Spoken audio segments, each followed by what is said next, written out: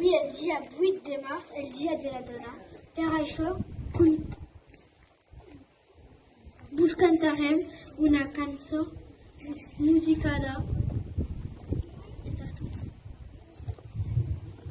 per la Mireia Vives i en Borja Penalba. Però és un poema de la Maria Mercè Marçal.